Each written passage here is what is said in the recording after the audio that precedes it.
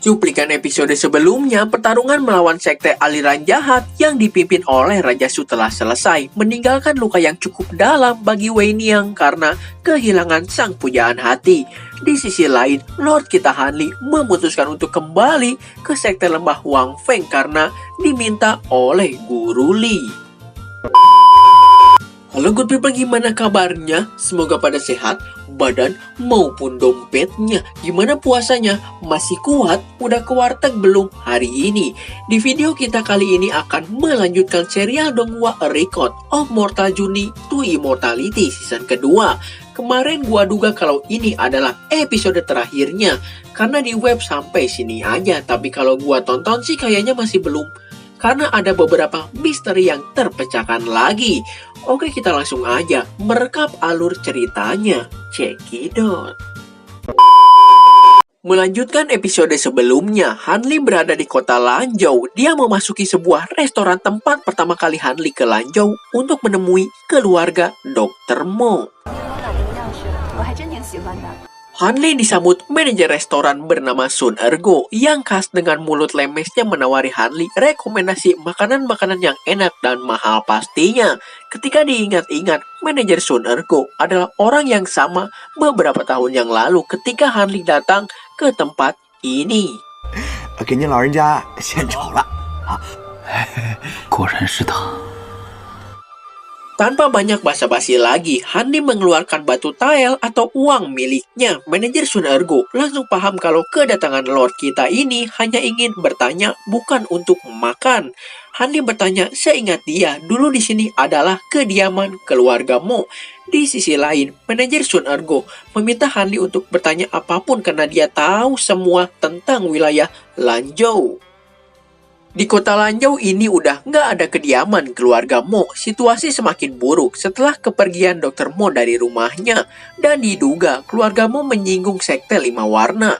Kemudian sekte lima warna pindah ke ibu kota Lanzhou. Dalam semalam semua keluarga Mo terbunuh. Bahkan Nyonya dan Putri Mo pun dibantai.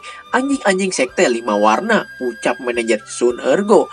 Padahal Mo Chai-huan masih hidup hingga hari ini, entah sedang apa dan di mana dirinya.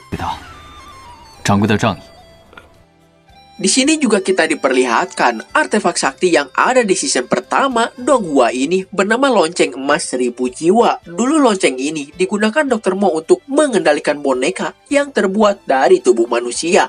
Tak lain dan tak bukan adalah saudara Han Li sendiri bernama Kuhun. Manajer Sun Ergo menemukannya ketika memakamkan keluarga Mo, ucapnya. Menurut Sun Ergo nggak ada yang istimewa dengan lonceng tersebut. Nggak berselang lama, Han Li mengeluarkan uang yang lebih banyak lagi untuk membeli lonceng tersebut. Han Li juga berkata kalau dulu dia pernah memiliki hubungan dengan keluarga Mo. Manajer Sun Ergo ingin memberikan lonceng tersebut secara gratis karena Han Li memiliki hubungan dengan keluarga Mo. Tak lama setelah itu, Han Li beserta lonceng emas 1000 jiwa menghilang. Manajer Sun Ergo akhirnya sadar 10 tahun yang lalu Han Li pernah datang kemari dan wajahnya gak berubah sama sekali.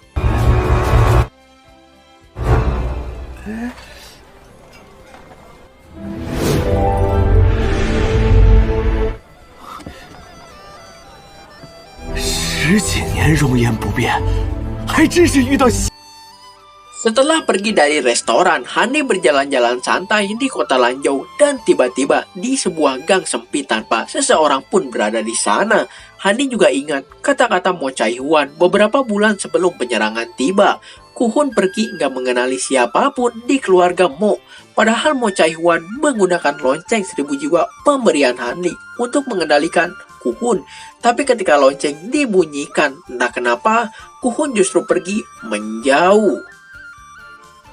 Han Li memasukkan kekuatan spiritualnya ke lonceng 1000 jiwa untuk mendeteksi di mana keberadaan Kuhun saat ini. Gak diduga, Kuhun berada di Lanzhou menjadi seorang pandai besi. Han Li berpikir mungkin dia telah mendapatkan kesadarannya kembali. Bahkan Kuhun menjadi seorang praktisi di tingkat pemurnian Ki tingkat 5. Yang bikin Lord Han Li sedikit kaget lagi, Kuhun yang dulunya tubuh tanpa jiwa memiliki seorang anak laki-laki. Setelah itu kita diperlihatkan Kuhun sedang menyantap makanan bersama keluarga kecilnya. Dia memiliki istri yang sangat muda dan cantik, tapi tiba-tiba Kuhun merasa ada seseorang yang sedang mengawasi mereka. Ternyata orang tersebut nggak lain dan nggak bukan adalah sang pahlawan bertopeng Lord Hanli. Mereka sempat bertarung mengadu ilmu, tapi tiba-tiba anak Kuhun membawa sapu mencoba untuk menyerang Hanli. Karena nggak ingin melibatkan orang yang nggak bersalah, Hanli menggunakan jimat untuk membuat anak dan istri Kuhun nggak bisa bergerak sama sekali.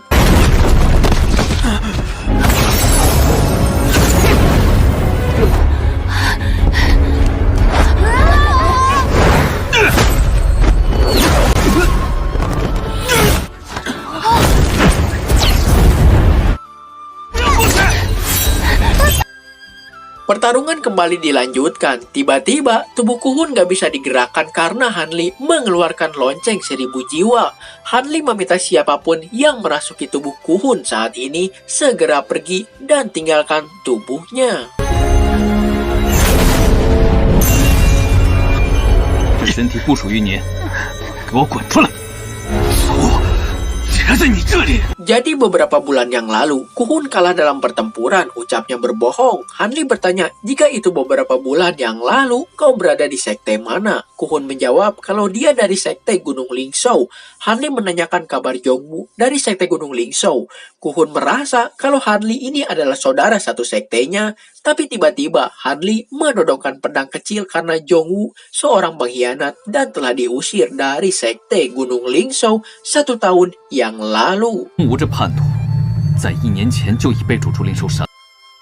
Hanli meminta Kuhun untuk bicara, tapi Kuhun lebih mengkhawatirkan anak dan istrinya. Ketika Hanli berkata kalau dia nggak akan menyakiti mereka, Kuhun akhirnya mau berkata jujur kalau dia berasal dari sekte aliran iblis roh imperial yang bertahun-tahun lalu terluka karena pertempuran. 羽人御灵宗修士。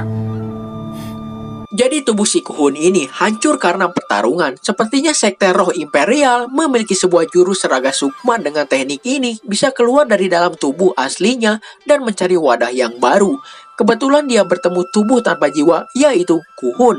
Basis kultivasinya menurun, jadi Kuhun memutuskan untuk hidup bersama warga kota Lanzhou dan memiliki anak istri saat ini. 他们就成了我的妻子和孩子。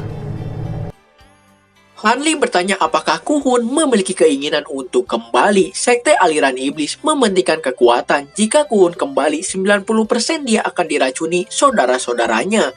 Di sini Hanli merasa kalau dia adalah penjahatnya. Padahal hanya ingin kembali mendapatkan tubuh saudaranya Kuhun. Apalagi saat ini Kuhun memiliki kehidupan yang aman dan tenang, ucapnya. Hanli berkata kalau sepertinya ketenangan ini gak akan lama karena sekte aliran iblis telah menduduki kerajaan Shu. Kuhun gak percaya kalau ini telah terjadi. Hanli merasa orang di depannya saat ini bukanlah praktisi biasa. Hanli bertanya siapa sebenarnya identitas asli orang ini dengan sedikit mengancam seolah-olah akan membakar anak dan istri Kuhun hingga menjadi abu gosok. Di sini Kuhun menjelaskan, di mata Hanli 7 fraksi kebenaran keras seperti tembok besi, tapi ternyata telah disusupi mata-mata dari sekte aliran jahat. Kuhun juga menjelaskan lagi kalau sekte Gunung Lingzhou adalah informan sekte roh imperial. Seperti yang Dewa Yunlu bilang, 7 fraksi sekte kebenaran dulunya orang-orang yang berada di 6 sekte aliran iblis. Mereka adalah orang-orang munafik yang menginginkan ketenaran dan kekuasaan.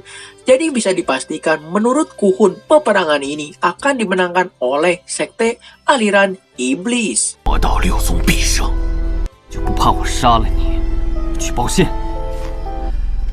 你口中铜墙铁壁一般的七道友，比起七派的忠犬，七派阵营早就不知道被我们渗透成什么。道友不必炸我了，我 Di sini Hanli tiba-tiba meminta alasan pada Kuhun untuk nggak membunuhnya. Jika Hanli mau melepaskan Kuhun dan keluarganya, dia berjanji akan memberitahu lokasi teman-temannya.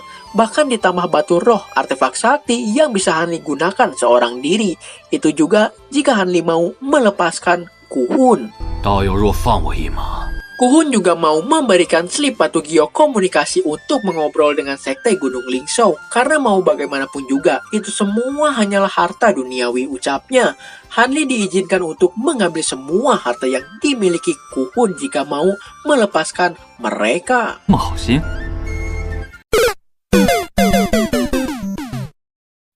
Oke, jadi segini dulu aja untuk pembahasan video kita kali ini. Sampai jumpa di video-video saya selanjutnya. Bye-bye.